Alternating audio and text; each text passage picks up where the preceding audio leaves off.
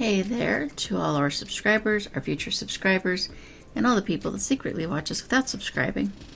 Sorry, I was looking at the monitor I actually use is like up here.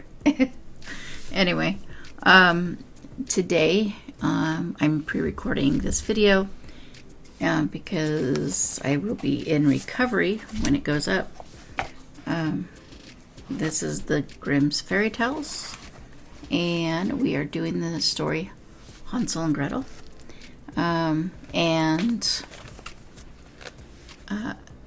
Hopefully you enjoy it. I will be taking my glasses off so I can see the page better.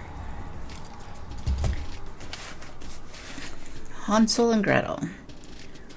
Hard by a great forest dwelt a poor woodcutter with his wife and his 2 children. The boy was called Hansel and the girl Gretel. He had little to bite and to break, and once when great dearth fell on the land, he could no longer produce even daily bread. Now, when he thought over this by night in his bed, and tossed about in his anxiety, he groaned and said to his wife, "What is to become of us? How are we to feed our poor children, when we no longer have anything even for ourselves?" "I'll tell you what, husband," answered the woman. "Early tomorrow morning we will take the children out into the forest to where it is the thickest. There we will light a fire for them and give each of them one more piece of bread, and then we will go to our work and leave them alone. They will not find the way home again, and we shall be rid of them." "No, wife," said the man, "I will not do that. How can I bear to leave my children alone in the forest? The wild animals would soon come and tear them to pieces." "Oh, you fool," said she, "then we must all 4 die of hunger. You may as well plane the planks for our coffins." And she left him no peace until he consented. "But I feel very sorry for the poor children all the same," said the man. The 2 children had also not been able to sleep for hunger,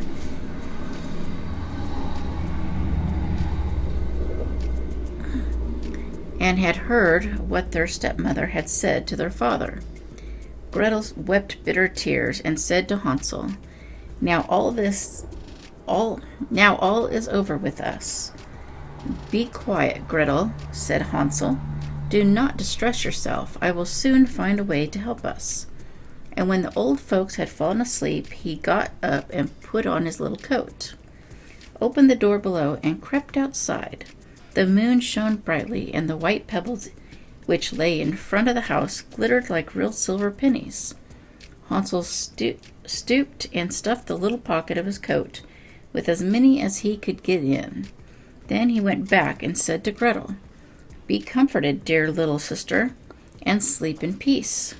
God will not forsake us," and he lay down again in his bed. When day dawned, but before the sun had risen, the woman came and awoke the 2 children, saying, "Get up, you sluggards. We are going into the forest to fetch wood." She gave each a little piece of bread and said, "There is something for your dinner, but we do not eat it up before them, for you will get nothing else." Gretel took the bread under her apron as Hansel had the pebbles in his pocket. Then they all set out together on the way to the forest. When they had walked a short time, Hansel stood still and peeped back at the house, and did so again and again. His father said, "Hansel, what are you looking at there and staying behind for? Pay attention, and do not forget how to use your legs." "Ah, father," said Hansel, "I am looking at my little white cat, which is sitting up on the roof, and wants to say goodbye to me." The wife said, "Fool, that is not your little cat. That is the morning sun, which is shining on the chimneys." Hansel, however, had not been looking back at the cat, but had been constantly throwing one of the white pebble stones out of his pocket on the road. When they had reached the middle of the forest, the father said, Now, children, pile up some wood, and I will light a fire, that you may not be cold." Hansel and Gretel gathered brushwood together as high as a little hill. The brushwood was lighted, and when the flames were burning very high, the woman said, "Now, children, lay yourselves down by the fire and rest. We will go into the forest and cut some wood. When we have done, we will come back and fetch you away." Hansel and Gretel sat by the fire, and when noon came, each ate a little piece of bread, and as they heard the strokes of the wood axe, they believed that their father was near. It was not the axe, however, but a branch which he had fastened to a withered tree, which the wind was blowing backwards and forwards. And as they had been sitting such a long time, their eyes closed with fatigue, and they fell fast asleep. When at last they awoke, it was already dark night. Gretel began to cry and said, "How are we to get out of the forest now?" But Hansel comforted her and said, "Just wait a little until the moon has risen, and then we will soon find the way." And when the full moon had risen, Hansel took his little sister by the hand and followed the pebbles which shone like newly coined silver pieces, and showed them the way. They walked the whole night long, and by break of day came once more to their father's house. They knocked at the door, and when the woman opened it and saw that it was Hansel and Gretel, she said, "You naughty children, why have you slept so long in the forest? We thought you were never coming back at all." The father, however, rejoiced for it, and cut him to the heart to leave them behind alone. Not long afterwards there was once more great dearth throughout the land, and the children heard their mother saying at night to their father, "Everything is eaten again. We have 1/2 loaf left, and that is the end. The children must go. We will take them farther into the wood, so that they will not find their way out again. There is no other means of saving ourselves." The man's heart was heavy, and he thought, "It would be better for you to share the last mouthful with your children." The woman, however, would listen to nothing that he had to say, but scolded and reproached him. He who says A must say B likewise, and as he had yielded the first time, he had to do so a second time also. The children, however, were still awake and had heard the conversation. When the old folks were asleep, Hansel again got up and wanted to go out and pick up pebbles, as he had done before, but the woman had locked the door, and Hansel could not get out. Nevertheless, he comforted his little sister and said, "Do not cry, Gretel. Go to sleep quietly. The good God will help us." Early in the morning came the woman and took the children out of their beds. Their piece of bread was given to them, but it was still smaller than the time before. On the way into the forest, Hansel crumbled it in his pocket and often stood still and threw a morsel on the ground. "Hansel, why do you stop and look around?" said the father. "Go on." "I am looking back at my little pigeon, which is sitting on the roof, and wants to say goodbye to me," answered Hansel. "Fool," said the woman, "that is not your little pigeon, that is the morning sun that is shining on the chimney." Hansel, however, little by little threw all the crumbs on the path. The woman led the children still deeper into the forest, where they had never in their lives been before. Then a great fire was again made, and the mother said, "Just sit there, you children, and when you are tired you may sleep a little. We are going into the forest to cut wood, and in the evening, when we are done, we will come and fetch you away." When it was noon, Gretel shared her piece of bread with Hansel, who had scattered his by the way. Then they fell asleep, and evening passed. But no one came to the poor children.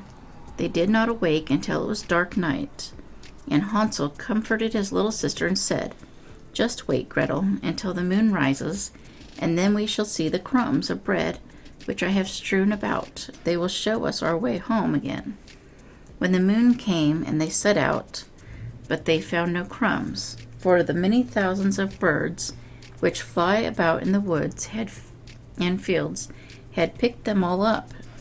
Hansel said to Gretel, "We shall soon find the way," but they did not find it. They walked the whole night and all the next day, too, from morning till evening. But they did not get out of the forest and were very hungry, for they had nothing to eat but 2 or 3 berries which grew on the ground. And as they were so weary that their legs could not carry them no longer, they lay down beneath a tree and fell asleep. It was now 3 mornings since they had left their father's house. They began to walk again, but they always came deeper into the forest, and if help did not come soon, they must die of hunger and weariness. When it was midday, they saw a beautiful snow-white bird sitting on a bough, which sang so delightfully that they stood still and listened to it. And when its song was over, it spread its wings and flew away before them, and they followed it until they reached a little house, on the roof of which it alighted. And when they approached the little house, they saw that it was built of bread and covered with cakes, but that the windows were of clear sugar. "We will set to work on that," said Hansel, "and have a good meal. I will eat a bit of the roof, and you, Gretel, can eat some of the window. It will taste sweet." Hansel reached up above and broke off a little bit of the roof to try how it tasted, and Gretel leaned, how do you say that? Let's just say leaned against the window and nibbled at the panes. Then a soft voice cried from the parlor, "Nibble, nibble, gnaw, who is nibbling at my little house?" The children answered, the wind, the heaven-born wind," and went on eating without disturbing themselves. Hansel, who liked the taste of the roof, tore down a great piece of it, and Gretel pushed out the whole of one round window pane, sat down, and enjoyed herself with it. Suddenly the door opened, and a woman as old as the hills, who supported herself on crutches, came creeping out. Hansel and Gretel were so terribly frightened that they let fall what they had in their hands. The old woman, however, nodded her head and said, "Oh, you dear children, who has brought you here? Do come in and stay with me. No harm shall happen to you." She took them both by the hand and led them into her little house. Then good food was set before them, milk and pancakes with sugar, apples, and nuts. Afterwards, 2 pretty little beds were covered with clean white linen, and Hansel and Gretel lay down in them and thought they were in heaven. The old woman had only pretended to be so kind. She was in reality a wicked witch who lay in wait for children, and had only built the little house of bread in order to entice them there. When a child fell into her power, she killed it, cooked, and ate it, and that was a feast day with her. Witches have red eyes and cannot see far, but they have a keen scent like the beasts, and are aware when a human being draws near. When Hansel and Gretel came into her neighborhood, she laughed with malice and said mockingly, "I have them, they shall not escape me again." Early in the morning, before the children were awake, she was already up, and when she saw both of them sleeping and looking so pretty with their plump and rosy cheeks, she muttered to herself, "That will be a dainty mouthful." Then she seized Hansel with her shriveled hand, carried him into a little stable, and locked him in behind a grated door. Scream as he might, it would not help him. Then she went to Gretel, shook her until she awoke, and cried, "Get up, lazy thing, fetch some water, and cook something good for your brother. He is in the stable outside, and is to be made fat. When he is fat, I will eat him." Gretel began to weep bitterly, but it was all in vain, for she was forced to do what the wicked witch commanded. And now the best food was cooked for poor Hansel, but Gretel got nothing but crab shells. Every morning the woman crept to the little stable and cried, "Hansel, stretch out your finger that I may feel if you will soon be fat." Hansel, however, stretched out a little bone to her, and the old woman, who had dim eyes, could not see it, and thought it was Hansel's finger, and was astonished that there was no way of fattening him. When 4 weeks had gone by, and Hansel still remained thin, she was seized with impatience, and would not wait any longer. "Now then, Gretel," she cried to the girl, "stir yourself and bring some water. Let Hansel be fat or lean tomorrow. I will kill him and cook him." Ah, how the poor little sister did lament when she had to fetch the water, and how her tears did flow down her cheeks. "Dear God, do help us," she cried. "If the wild beasts in the forest had but devoured us, we should at any rate have died together." "Just keep your noise to yourself," said the old woman. "It won't help you at all." Early in the morning, Gretel had to go out and hang up the cauldron with the water, and light and fire. "We will bake first," said the old woman. "I have already heated the oven and kneaded the dough." She pushed poor Gretel out to the oven, from which flames of fire were already darting. "Creep in," said the witch, "and see if it is properly heated, so that we can put the bread in." And once Gretel was inside, she intended to shut the oven and let her bake in it, and then she would eat her too. But Gretel saw what she had in mind, and said, "I do not know how I am to do it. How do I get in?" "Silly goose," said the old woman. "The door's big enough. Just look. I can get in myself." And she crept up and thrust her head into the oven.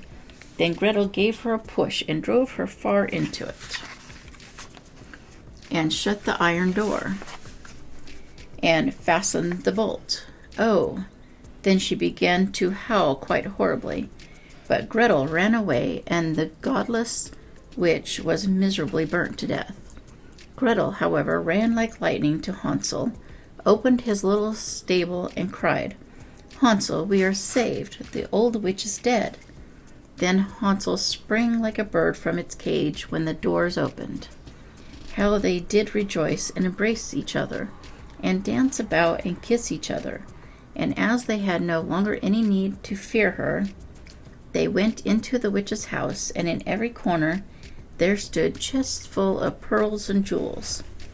"These are far better than pebbles," said Hansel, and thrust into his pockets whatever could be got in. And Gretel said, "I too will take something home with me," and filled her pinafore full. "But now we must be off," said Hansel, "that we may get out of the witch's forest." When they had walked for 2 hours, they came to a great stretch of water. "We cannot cross," said Hansel. "I see no foot plank and no bridge." "And there is also no ferry," answered Gretel. "But a white duck is swimming there. If I ask her, she will help us over." Then she cried, little duck, dost thou see? Hansel and Gretel are waiting for thee. There's never a plank or bridge in sight. Take us across on thy back so white." The duck came to them, and Hansel seated himself on its back, and told his sister to sit by him. "No," replied Gretel, "that will be too heavy for the little duck. She shall take us across one after the other." The good little duck did so, and when they were once safely across, and had walked for a short time, the forest seemed to be more and more familiar to them, and at length they saw from after their father's house. Then they began to run, rushed into the parlor, and threw themselves around their father's neck. The man had not known one happy hour since he had left the children in the forest. The woman, however, was dead. Gretel emptied her pinafore until pearls and precious stones ran about the room, and Hansel threw one handful after another out of his pockets to add to them. Then all anxiety was at an end, and they lived together in perfect happiness. My tale is done, there runs a mouse. Whosoever catches it may make himself a big fur cap out of it. I really don't know what that last little bit was, but it is part of the story, so, or at least it's written down in the story at the end. Anyway, hopefully you enjoyed it. I did not know the story ended that way until I read it just now. Well, I read it the other day when I was making the thumbnail. So anyway, hopefully you enjoyed it, and please like, subscribe, comment, and share, and get your friends to do the same thing. And I will continue to make more of these videos so you guys will have something to watch while I'm recovering from surgery. Thank you. Bye.